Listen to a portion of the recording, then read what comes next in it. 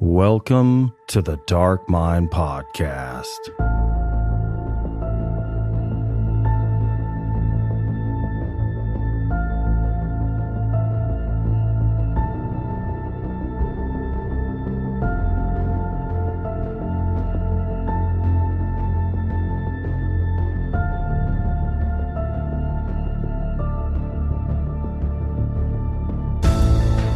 Friends and familiars, thank you for tuning in to another episode of the Dark Mind Podcast, where we explore the boundless realm of dark literature and film. On today's show, I have a writer of psychological prose who blends dark humor, murder, and paranormal activity into a roller coaster ride that keeps the reader locked in. He's joining me today to discuss his recent novel entitled Infernal Moon. So without further ado, join me as we delve into the dark insight of Andrew Adams.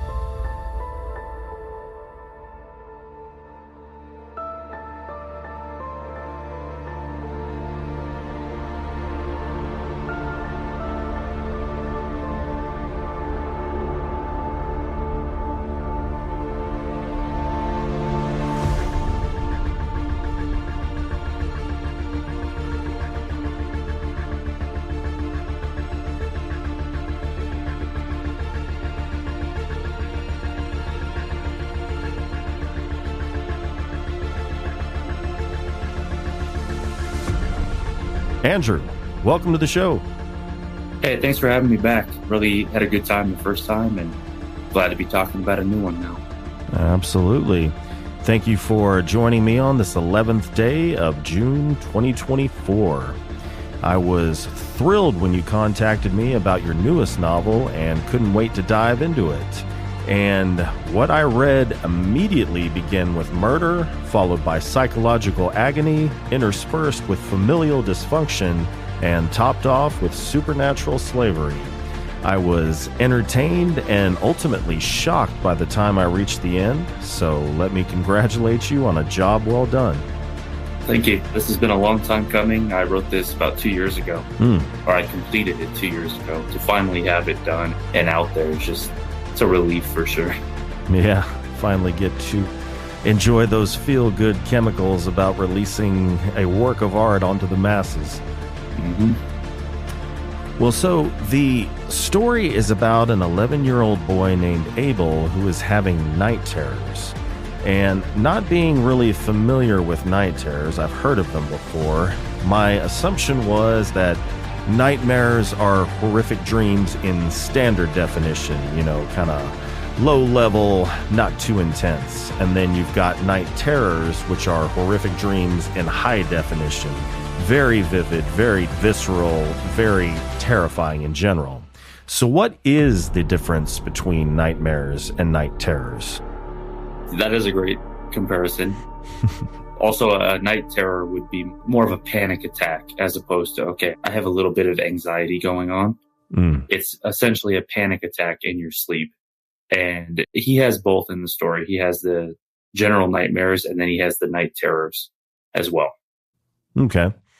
And I guess the general nightmares, is there any rhyme or reason as to what brings those on? Because I'm trying to think of which instances that would qualify, because if I remember correctly, I remember him waking up with the decision, well, I'm just not going to say anything to anybody about this, but it seemed like pretty much everyone that he woke up from, it was quite an ordeal as far as physically and emotionally. Yeah, so this is kind of the secret of the book that I haven't really mentioned to too many people. I didn't want it to be considered a spoiler, but I don't think it is.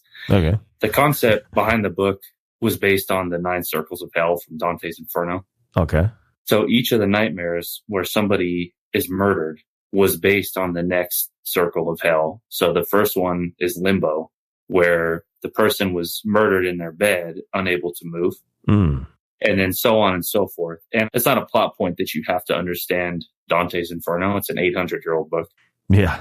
I just used it as a plot device on how to break a person, how to break a human, would be to subject them to further and further so-called sin throughout the book. So by the end of the book, the ninth circle's treachery.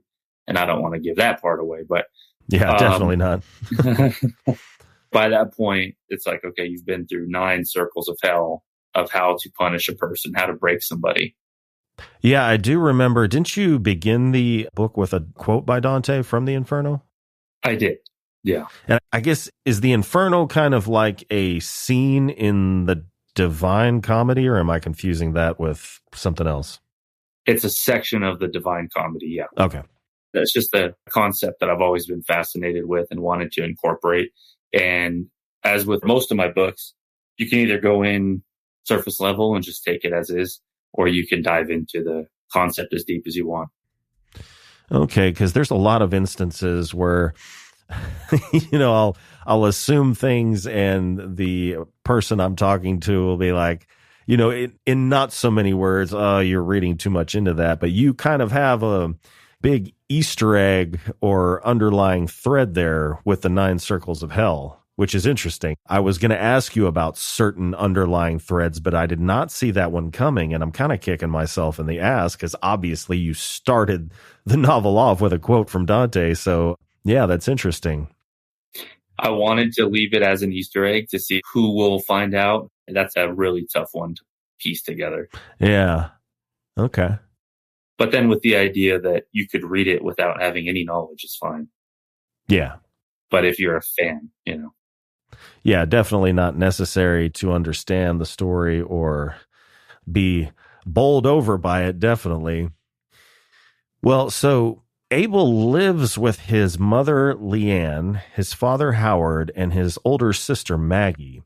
And the way his family is described seems to be simultaneously idyllic and extremely dysfunctional. It's not really pointed out that they could possibly be dysfunctional until later on in the story. I don't know if it was just me or if it was the way you wrote it to where it kind of doesn't really shed light on that fact, because towards the end when it was pointed out, I was like, oh yeah, the entire time, this basically is the makings of a pretty dysfunctional family. So which one is true, and why was it initially made ambiguous? The story's set in 1961, and I did that intentionally to kind of harken back to a time of, the classic American nuclear family sort of thing.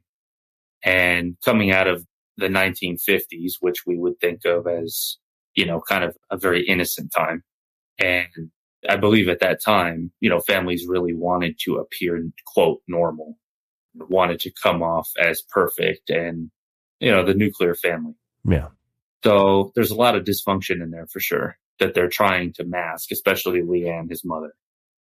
And so it's a little bit of both. She wants to hide it, but she has a lot of issues herself that she's dealing with too. Okay. Well, Abel had a best friend named Leo that moved away, but fortunately he was quickly befriended by a girl named Rachel. And even though Abel and Rachel were in the throes of puberty, their relationship seemed to be purely platonic. So I was wondering why that particular element of youth was left out. Was it a matter of sexual orientation or lack thereof, or would it have affected another very specific aspect of their relationship, which I will not reveal? Yeah, it's definitely just a part of the time period and maybe a bit more innocence involved. And it just the amount of extra research it took to write from 1961 perspective, I don't think I'll ever do that again. So at that time, sex education was not widely taught in schools until high school. So I kind of took it as an 11-year-old at that time versus an 11-year-old nowadays, sex ed would have already been taught 5th, 6th grade. That's interesting. Okay. So I kind of gave it the leave it to Beaver sort of golly gee, Yeah, I mean, I'm an Xer, so I'm old enough to remember what it's like to not have the internet and not have, the access to the ahs of porn that the average kid has at his beck and call, in the palm of his hand. Yeah. No pun intended. Uh, but yeah, I never thought about that, technology aside. So you said sex education wasn't taught in school until when? At that time, mostly high school. Oh, so it was taught. It just wasn't taught until high school. Yeah. Okay. Gotcha. I looked into it quite a bit. And also the story's set right at the beginning of sixth grade too. So they're on the younger side of about 11. Okay. So it was something that was in the back of my mind when writing it because, okay, we have a young boy, young girl. They're really close. Uh-huh. But it didn't seem to fit into the story, especially with how everything transpires. Yeah. Yeah. Well, it is eventually found out by Leanne that Abel is channeling the consciousness of people experiencing real horrific deaths. And, I'm kind of stuck on this time period of his life when he's in the throes of puberty. But one of the things that happens is your brain myelinates. The synapses fire more efficiently and quicker. Your consciousness evolves, which is why you start thinking you know everything and become the pain in the ass that all parents dread. But because of that fact, did that have anything to do with him being able to psychically conduct these events, or was it purely a coincidence that it was this time in his life that he began to experience this? Yeah, it was outside forces would be the short answer. Okay. He had also been developing nighttime issues as far as sleep and insomnia and things like that throughout his younger life. And when we meet him at the beginning of the story, he's going from having bad nightmares to night terrors and things like that. So it's just coincidental, the age. It was an age that I chose because it's that loss of innocence that is kind of a theme in the book. Mm-hmm. So the 1961, the 60s were obviously a huge time period for change. Yeah. At least in our country. Mm-hmm. So that's why I chose 11. That's why I chose sixth grade. And you go from being a child to junior high and liking young girls, as you mentioned before. You go from being a kid playing with other kids to chasing girls or boys or whatever your fancy is. Gotcha. So it's a big part of the novel's change. Okay. Interesting. Well, Leanne had been reading Abel a bedtime story in the form of a book entitled Honey Dog since he was very young. And Leanne's mother read it to her, and Rachel wants to read it. The doctor that visits Abel later on in the story knows about it, so apparently it's a very popular book. And it seems like everyone is, at least in the general sphere, kind of fixated on this particular book. I don't know if that's just because it happened to be popular, or was there some significance other than that fact and the fact that, reading before bed makes you sleepy? It does, but the big reason for it was, once again, that innocence. It, by 1961 standards, it would have been a 30-year-old book, give or take. So It represents a pure time that I think Leanne is craving, that Rachel's craving, and even Abel back when he was a child. It gives him good memories. So it was definitely symbolic of the days of yesteryear where everybody felt happier and more secure. And in Rachel's case, she's looking for something that she can cling to, the idyllic American family structure, which she believes exists. And she even makes reference at one point that Abel's family to her is the type of family that you only read about, and she didn't think that it actually existed. So she looks through their flaws and things like that because she's so desperate for a family. That's why she's obsessed with the book. But yeah, it became a much bigger part of the story than I originally anticipated. So, I mean, not only does it symbolize a more innocent time, but it seemed like an immersive method to kind of go back in time, so to speak, at least briefly, the amount of time it takes to read the book. Yeah. And by that time standard, they wouldn't have a comfort movie that they can pull up on Netflix every day. Yeah. So they can't have we have a family favorite DVD we can play, even going back a few years. So like I said, it was a lot of work and effort to write from that time period. I don't know I would do it again. Going back to talking about the 60s being a time of change and them wanting to go back to a more innocent time, it made me think about what exactly was happening in that time period that would kind of put them into that mindset. And I don't know why the Cuban Missile Crisis just popped into my head, but I looked that up, which was in 62. So that was coming. That was something that was going to come up and make them wish for a more secure time. But I guess, was there anything at that time period that would kind of push them into that book? Not quite, but that was also why I went with 61 versus later in the 60s, because it was kind of more of like things to come. Yeah. Kind of a foreshadowing of like, okay, you guys are young sixth graders. By the end of this decade, you're going to be adults, and you've got Kennedy assassination, you've got Vietnam, you've got the counterculture movement and things like that. So it was kind of more of a foreshadowing of the things to come. Gotcha. Like, okay, it's one way right now, but it's about to get way worse. So. Gotcha. Well, insomnia runs in Leanne's side of the family, not night terrors, but insomnia.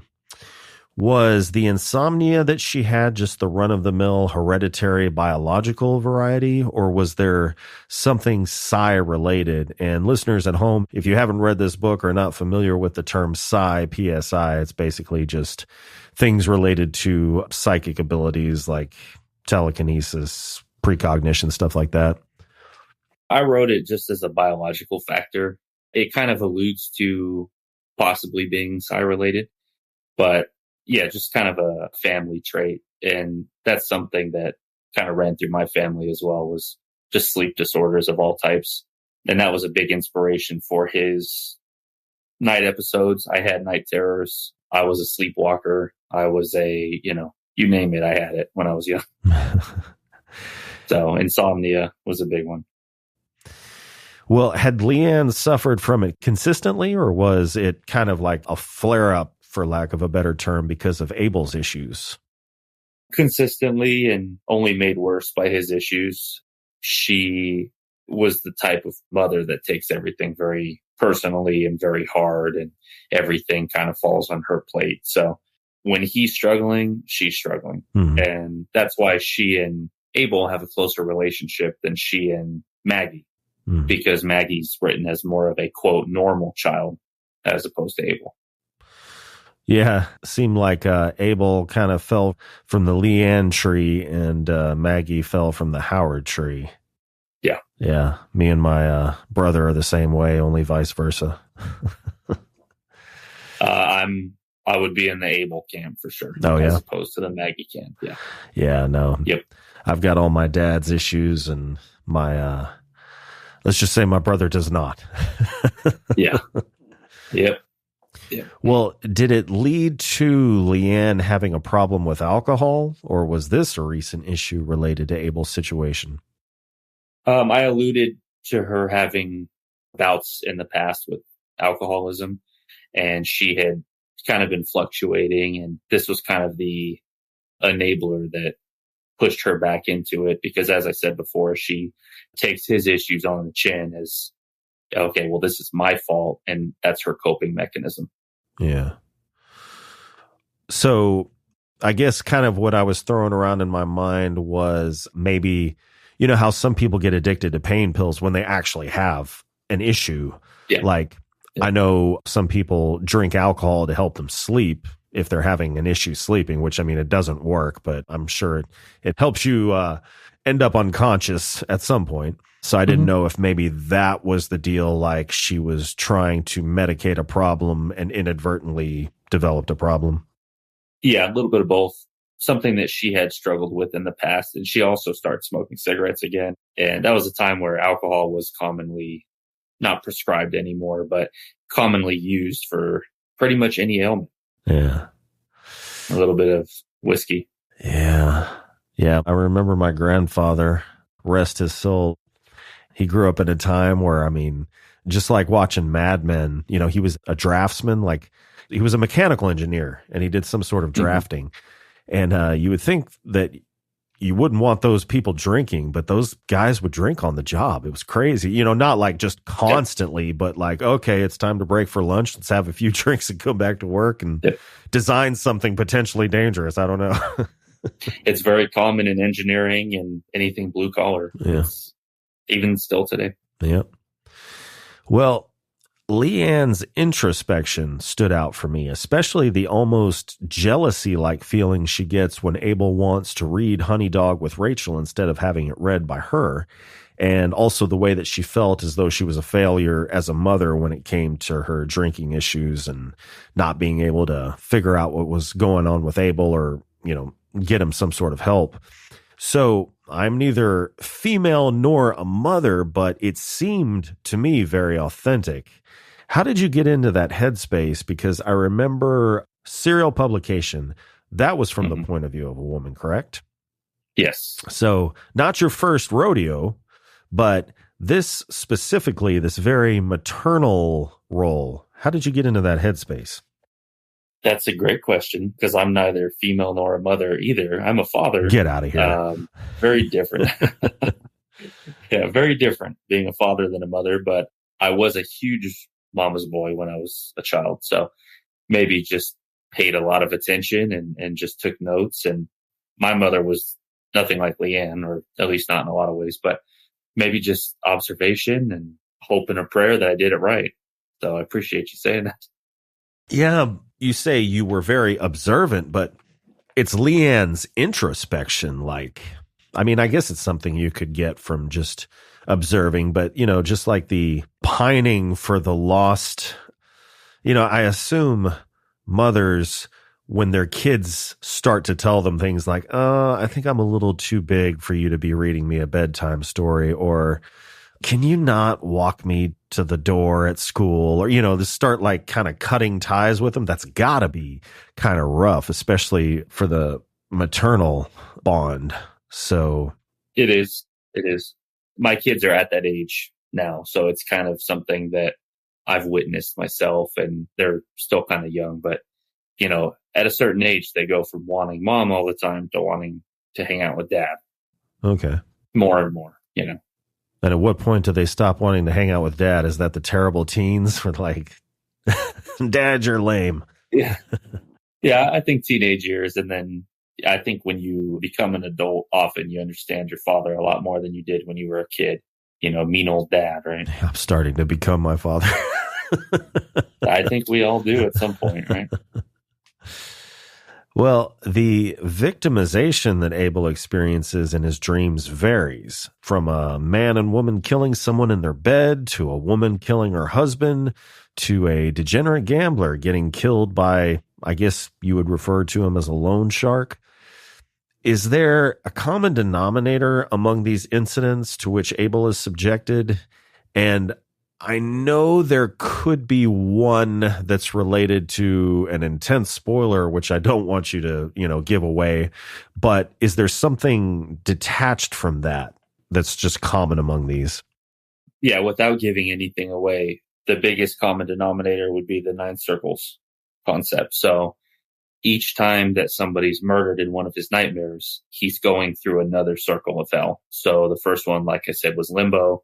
Then there's lust, gluttony, greed, so on and so forth. So you mentioned the casino. That's the 4th circle of hell, which is greed. So it's something that he's being subjected to, watching somebody being murdered for being greedy.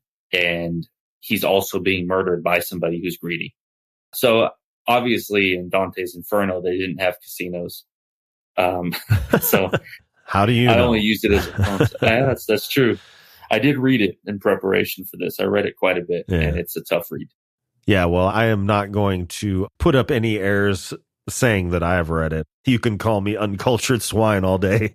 I've tried reading stuff like that before, but I've got the 9 circles of hell pulled up here, and it looks like you've got limbo, you've got violence, you've got fraud, you've got treachery and heresy, which is 5.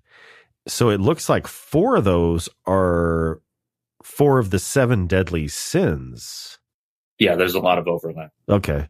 So that was kind of the concept, as opposed to using it as a religious concept, which the book's not religious in the slightest. It's just used as a general, like, how would you break a person? Yeah. And subjecting them to the worst that humanity has to offer would be pretty easy to break an 11-year-old child that way. Okay. So that was actually a point of contention for some of the publishers, that I was trying to get this published and they just said they wouldn't tolerate violence against a child. And as you read it, it's not him being subjected to these things. He's just witnessing it. And without throwing anybody under the bus, a few of them inevitably passed, partially because of that reason. So yeah, I did self-publish because I didn't want to change a thing with this one. It took me almost a year to write, which I usually don't take that long. Okay. Gotcha. Yeah. So this is my baby. So Rachel seems to be the more dominant one in her and Abel's relationship. Is Abel naturally submissive, or has he just been rendered into a submissive state through exhaustion? And how does his friendship with Rachel compare to his relationship with Leo? Yeah, I think you nailed it, that he's kind of become such an anxious and worrisome child just through having to deal with so much for so long. Uh-huh. And I did reference in the book at certain points that Leo had also been the more dominant of the two. And Abel just hid his issues from Leo because he didn't want to be seen as weak or things like that. But because he feels more comfortable with Rachel, he opens up and allows her in to see him as he really is.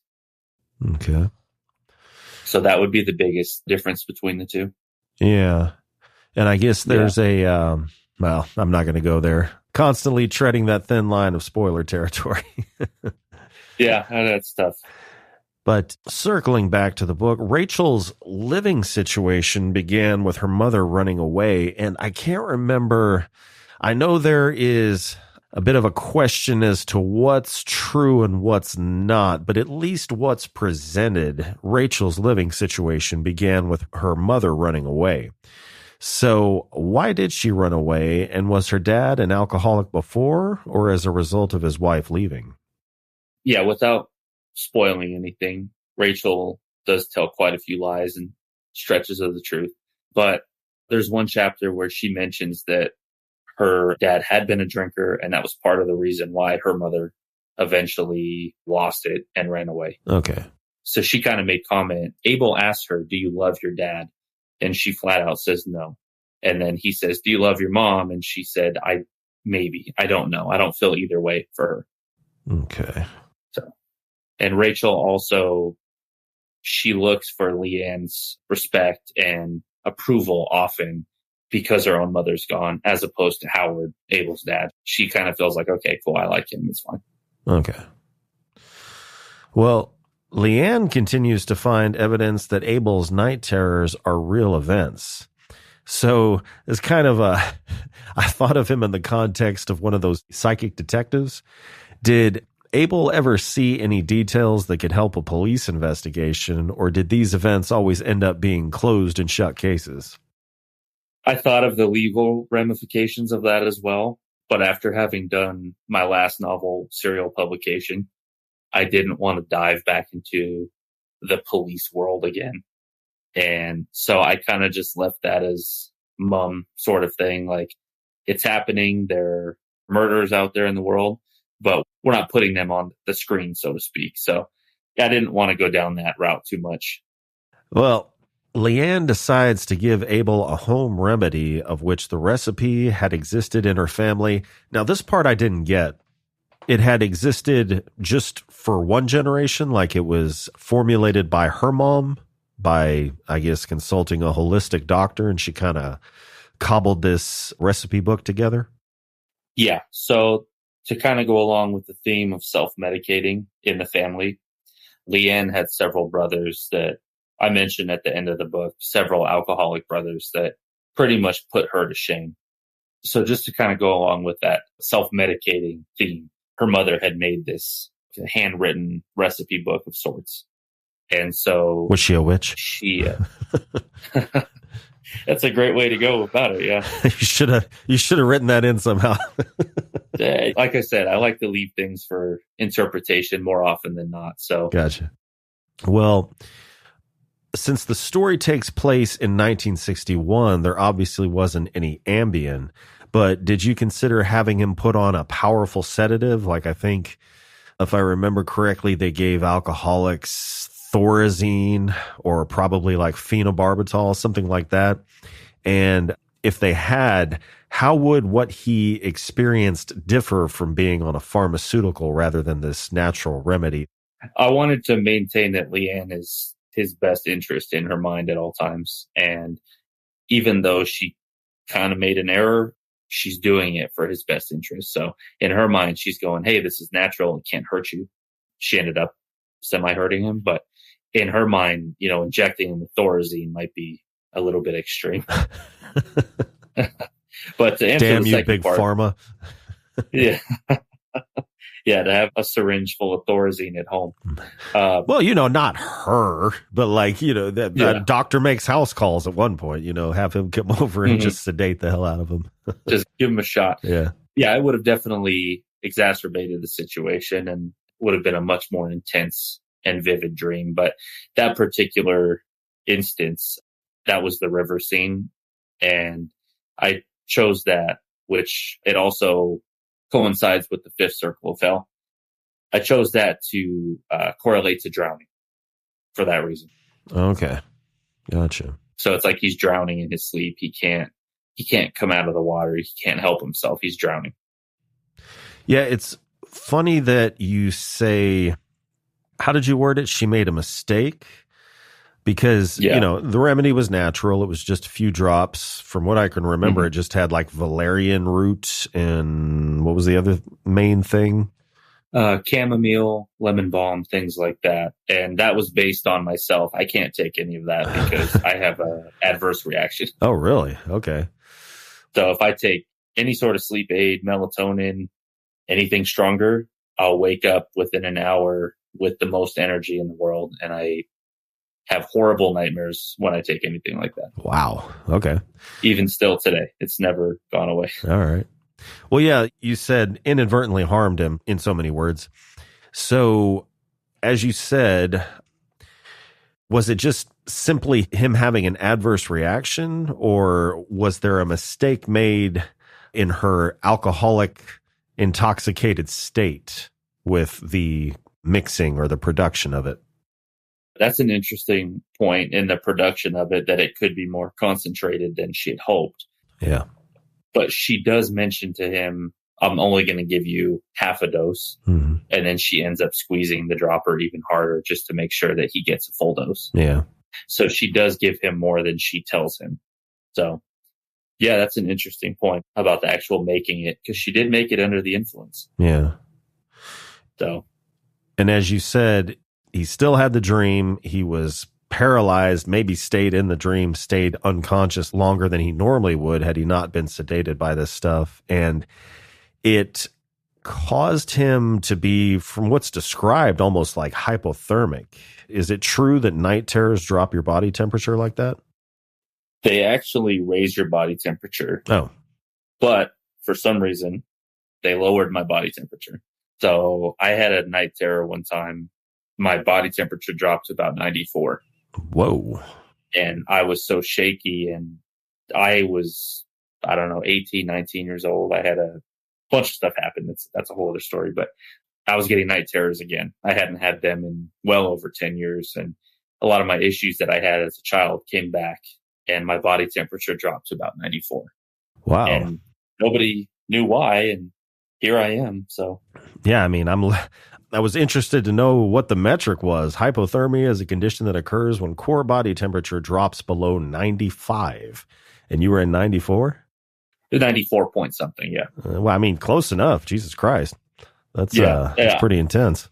I couldn't walk. I was shaking so badly. And I was living on my own at that time. So I was young and probably stupid and just, I don't know what the cause of it was. Probably a lot of stress. So I just decided to write that in. A lot of this book is very personal, and the most personal book that I've ever written for sure. Gotcha. So. Well, as they are trying to wake him up from his drug-induced stupor, Abel begins to have what appears to be seizure-like activity and begins to speak either gibberish or another language.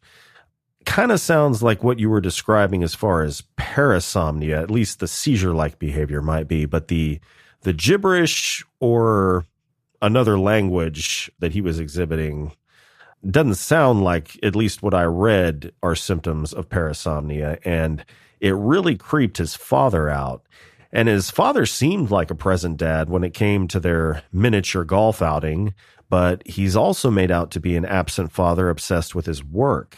So is the fact that he's scared of his son a reflection of his true level of closeness with his son? And if so, what does that reflection say? It was also Latin, by the way, just for your information, Oh. the phrase that he repeated. And I did that just to kind of symbolize that he was being attacked by an outside force as well. The saying in English, it's today it's me and tomorrow it will be you. Oh, shit.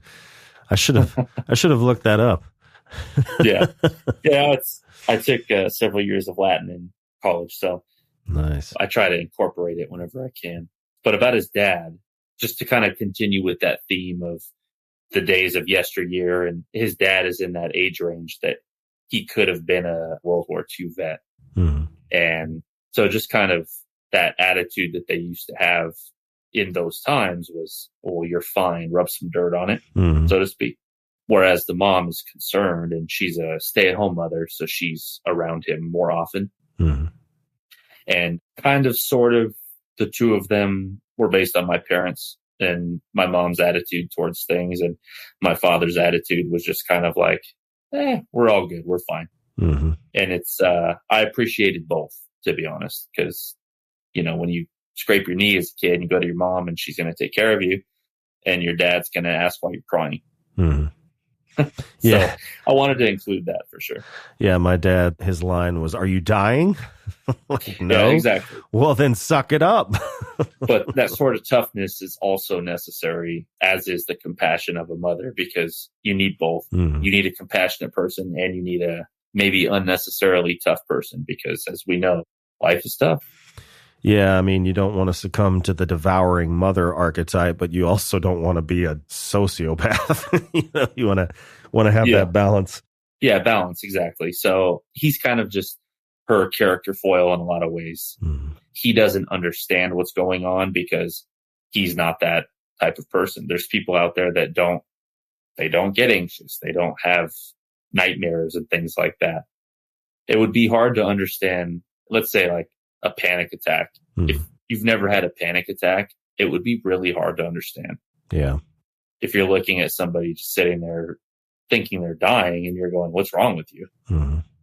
So those of us that have had them, obviously we know the truth, but yeah, I can't remember how old I was when I had my first, I probably had lower level panic attacks, but my first oh my God, I'm dying, the world is closing in on me type of thing. I think it wasn't until my early 30s, PTSD had just slowly built up over the years from my job.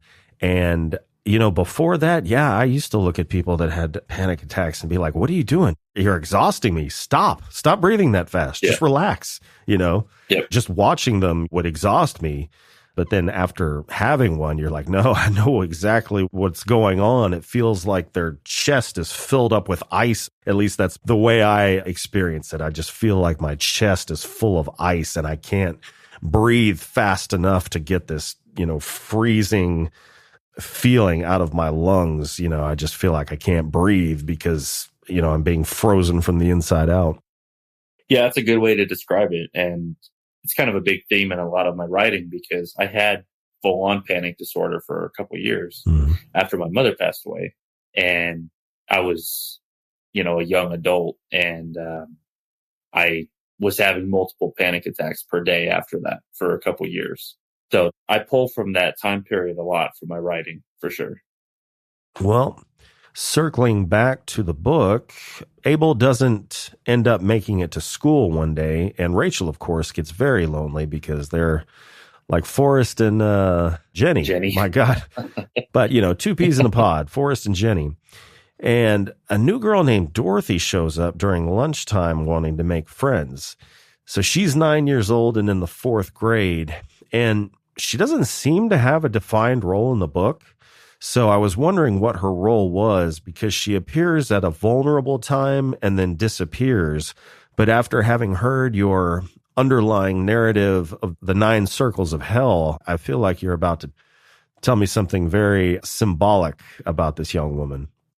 She was really just a kind of, Rachel saw herself in this young girl, that she's new to the school and Rachel moves around a lot. She mentioned that multiple times. And this girl comes up looking for a friend, and Rachel's kind of a straight to the point and speaks her mind type of person.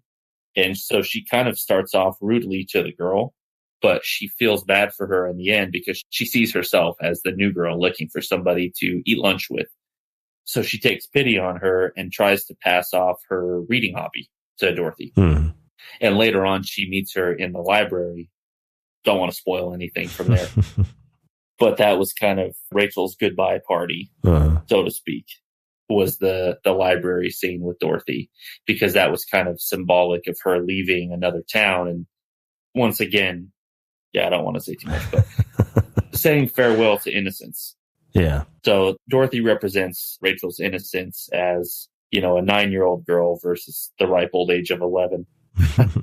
And it's more of an introspective moment for Rachel than anything else. Well, Leanne's drinking seems to get worse as Abel's situation gets worse. I guess based on her experience with it, I wanted to know, is that kind of why she came to Rachel's dad's defense at first? Like, Rachel just off the cuff, completely dismissively said, oh yeah, my dad, he just drinks all day. He's an alcoholic.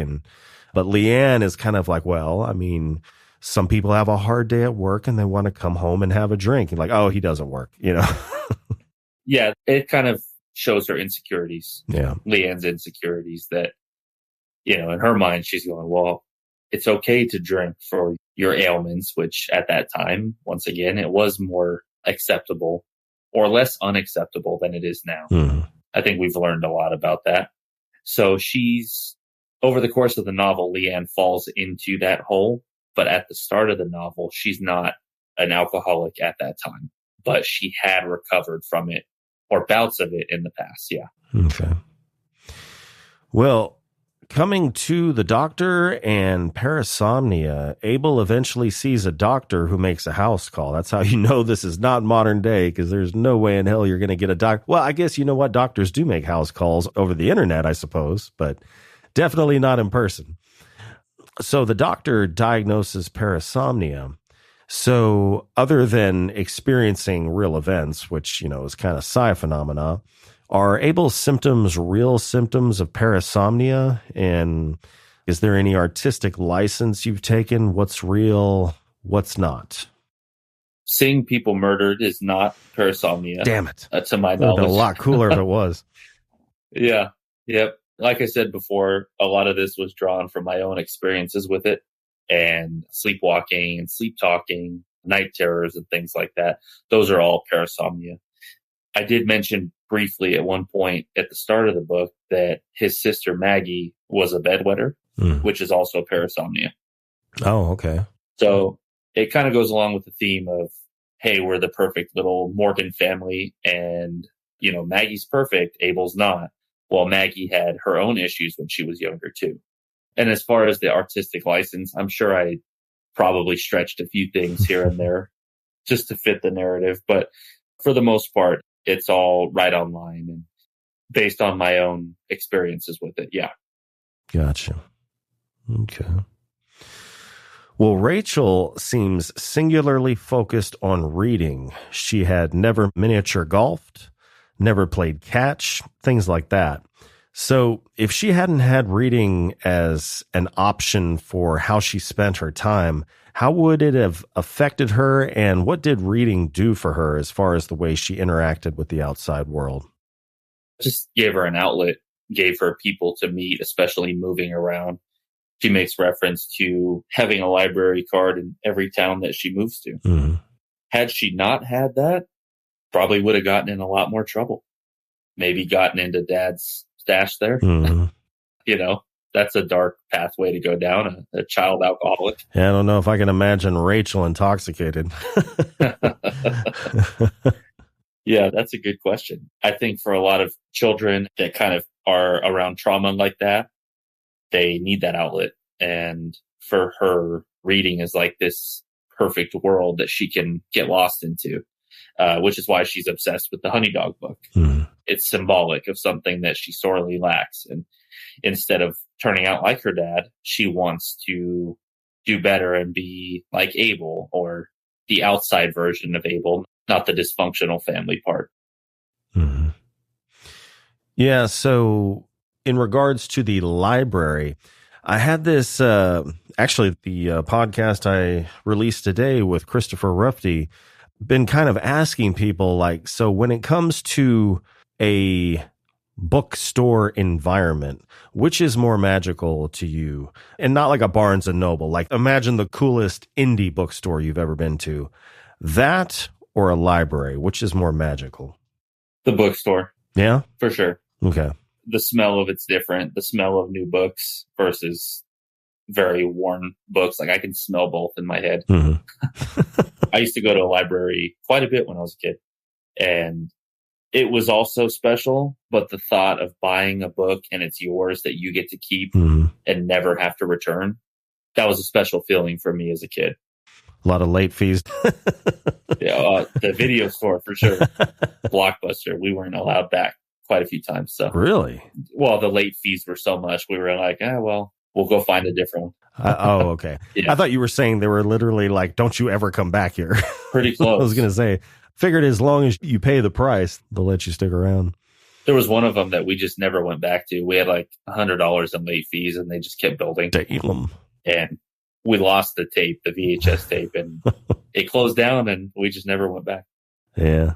Yeah. I'm really impressed when I see like TikTok and Instagram both. I think I see a lot of people with these huge, what do they call it? Physical media collections of VHS and DVDs. And like, don't ask me for specifics, but I heard about, I think it was a certain time period. If you had bought digital media, like you had downloaded, I don't know if it was from iTunes or where the hell it was from. For some reason, iTunes, it feels like that's where it came from. But within a certain time period, if you bought particular digital media, specifically, I suppose, videos, there was something to do with the licensing where something went to court and somebody won. So all of a sudden, the licensing for that time period was no good. And those movies you bought just all of a sudden were no longer in your digital library. And there's nothing you can do about it. I mean, I guess you could hire some high-priced lawyer over a $20 video that you bought, but I don't think anybody's going to do that. So, no, yeah, you just got to take it. I'm a big physical media person for that reason. I still have everything that I've bought. And it's kind of more just a point of nostalgia as well. Mm. Well, circling back to the book, finally, we come to the sleepover. And I know you've explained the time period and the sex education and, a more innocent time, but there's also biology. And I hate to belabor the point, but it is a boy and a girl in the throes of puberty. And this is Abel, or at least the narrator, describing Abel as feeling a flutter in his throat from the skip of a heartbeat. He even mentions in a veiled way that he masturbates. So seems like a recipe for preteen pregnancy. So what was Abel's view of their relationship? Was it really that innocent archetypal relationship? I would say more that it was the pre-phases of an attraction where that he's attracted to this girl, and he doesn't quite know why yet because that hadn't been explained to him. Mm-hmm. He just knows that he's drawn to her for some reason. Mm. And so it's kind of those beginning awkward phases where at that age, you're very shy about your feelings and who likes who on the schoolyard, and, who likes somebody. And, so it's something that's kind of referenced that, even Leanne says something towards the start of the book that would be terribly inappropriate to have a boy and a girl sleep together. I mean, I did as a child. I had friends that were girls and had sleepovers and things like that. Nobody got pregnant. So this is pre that age, younger. Yeah. But, so it was kind of alluded to without absolutely going into okay, they are attracted to each other. I think they both meet each other at this point in the story. And, the book's only about a month and change long. So it's kind of like they're just meeting each other. They're really drawn to each other. They don't quite understand why yet.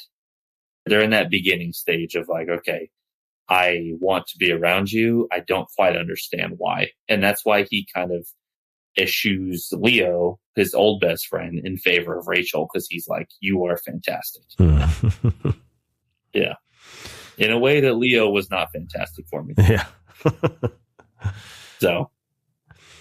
Well, during the sleepover, Abel, of course, has a night terror, and he wakes up to Rachel slapping him to rouse him from his sleep.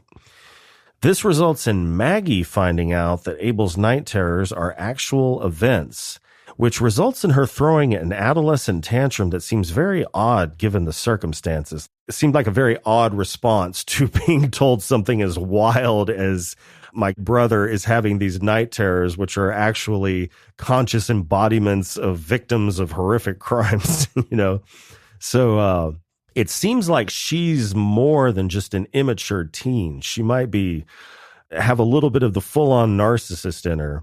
Was this the result of not receiving enough attention, which caused insecurity? And was she at heart a good person? What exactly makes Maggie tick? Yes, good person. I think she's a good person. Okay.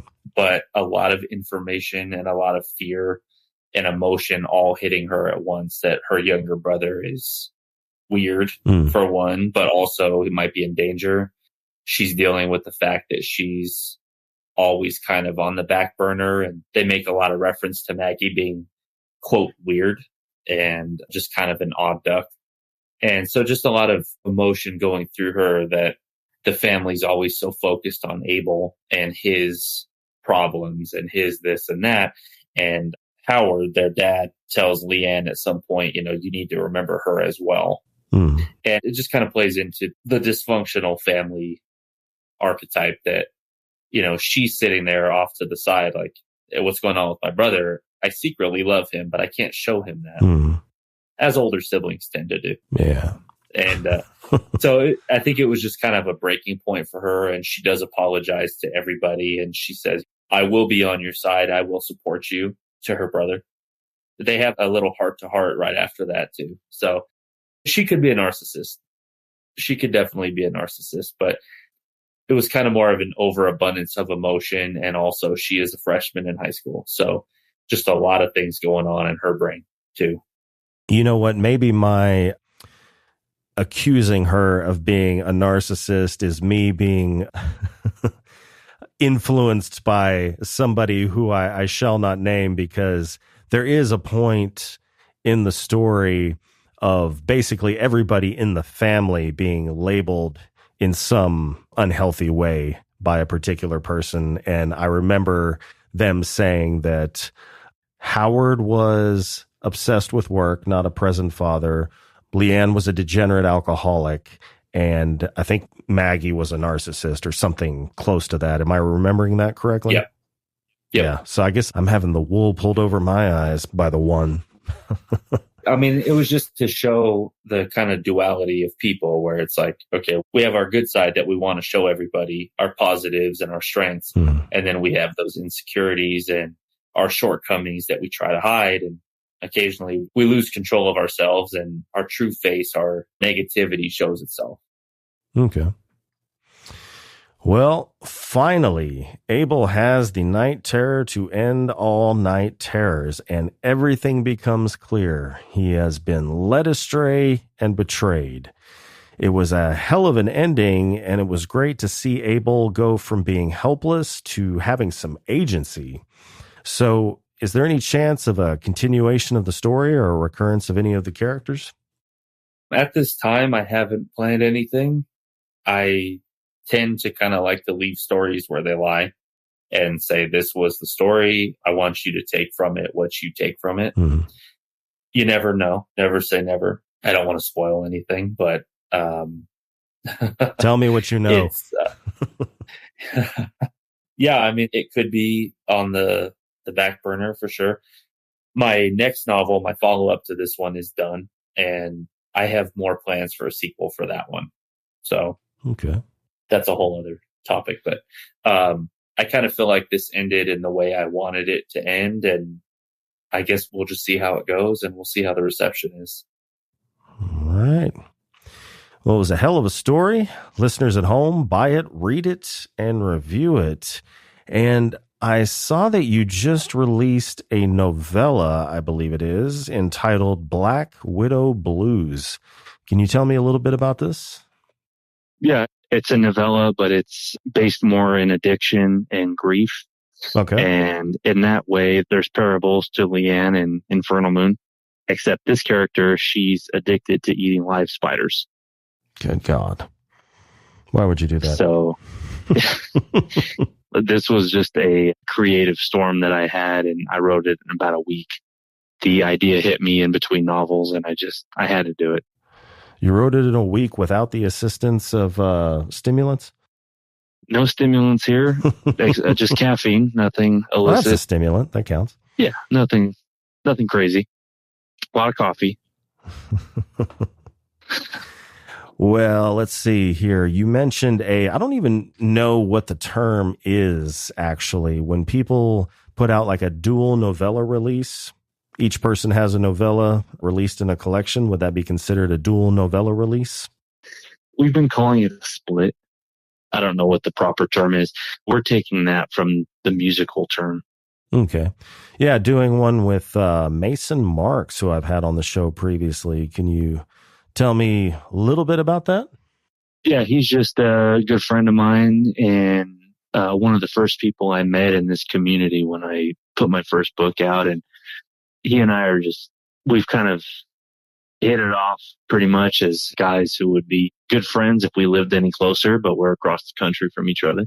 Mm-hmm. And we just kind of decided, let's work on something together, and we're both going to contribute a novella to a split release, and something that kind of defines both of our styles really well. So that way it's similar to when underground bands do something similar and they both contribute a couple songs to a split. That was kind of our idea behind it. Gotcha. Well, you have had quite a few novels published. Have you noticed any recurring themes? And if so, have you figured out maybe a reason for them? I think the psychological theme is often there. And in addition to that, I do a lot of serial killer type stuff, but I take it with an approach from a psychological standpoint as opposed to gore for that reason. Mm-hmm. And kind of like I mentioned before, I had my share of struggles like anybody does, and I drew from that time period quite a bit with the panic attacks and psychological issues and things like that. That's kind of always been my inspiration. So I tend more towards psychological and mind horror versus body horror and gore, just for the sake of it. Mm. Yeah, psychological is definitely my jam as far as genre goes. I mean, even when I get into splatterpunk, like as far as the dark genre of film, it's all over the place. But the ones I enjoy the most are the ones that have an intense psychological aspect to them. Yeah, agreed. Something like The Shining to me is better than Friday the 13th. Yeah. And I like both. I do like both, but one of them's fun and one of them's thought provoking, and I tend to prefer the latter. Outstanding. Well, you seem to be maintaining a prolific output. Have you discovered any life hacks to get more writing time? Just do it whenever you can. And I know that sounds simple, but I write a lot at my lunch breaks at work. I talk into my phone while I'm driving when I get an idea. Mm-hmm.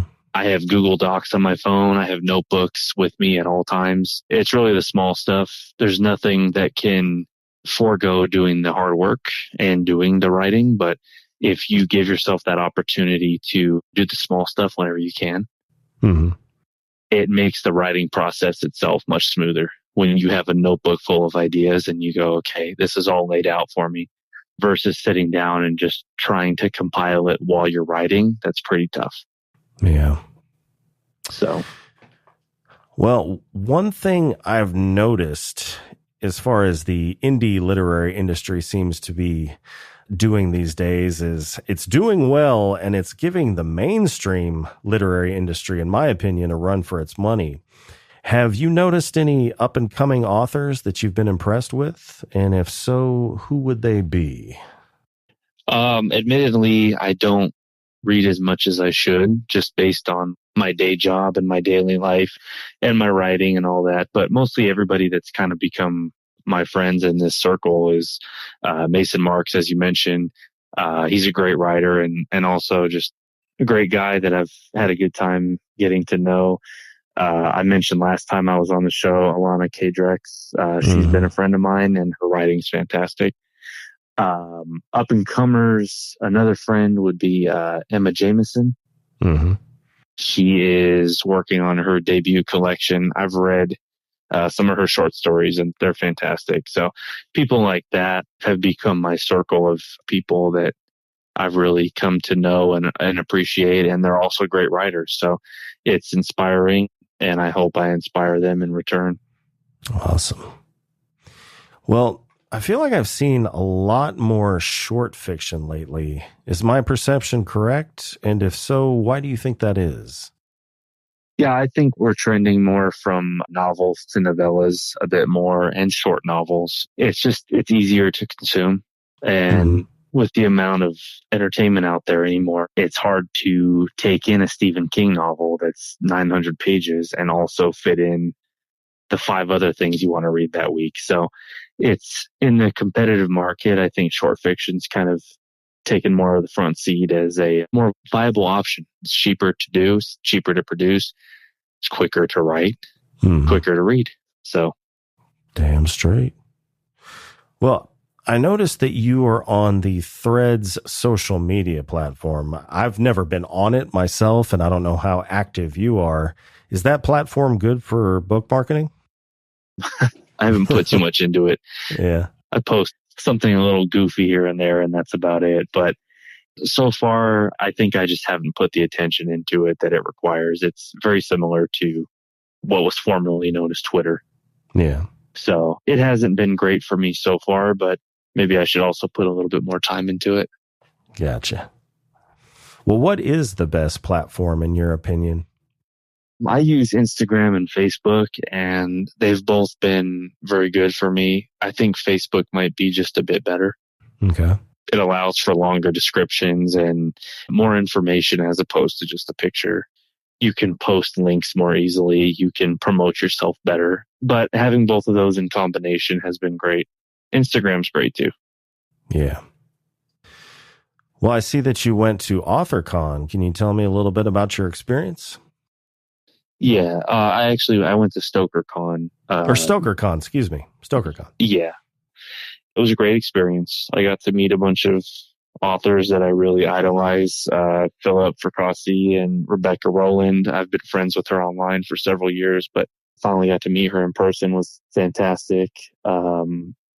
Stephen Graham Jones was there. Ronald Malfi was there. Got to meet him.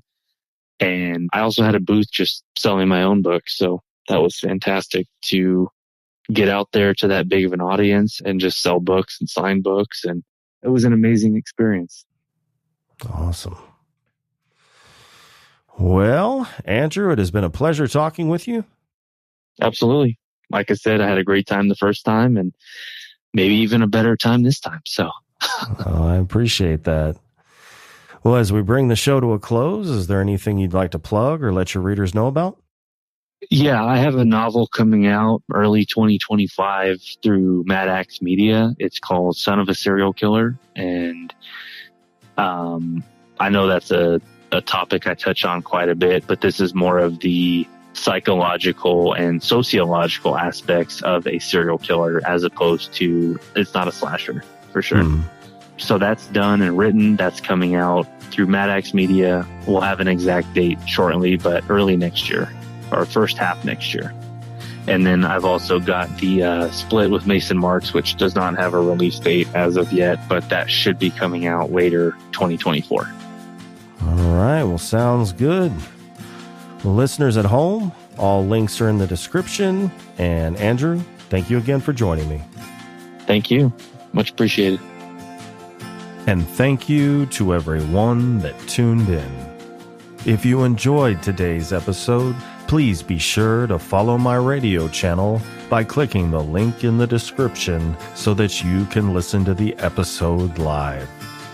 Be sure to tune in next Tuesday when I will be joined by a writer who has turned found footage into an apex predator. So until then, stay healthy, stay sane, and as always, thank you for listening. See you next time. Sunlight morning, early breeze. Lovers daylight opening. Windows whispering our names. Inside this first light hideaway. Red September, silver dawn. Perfect photograph, quiet song. Resting in each other's arms. With galaxies of fallen stars.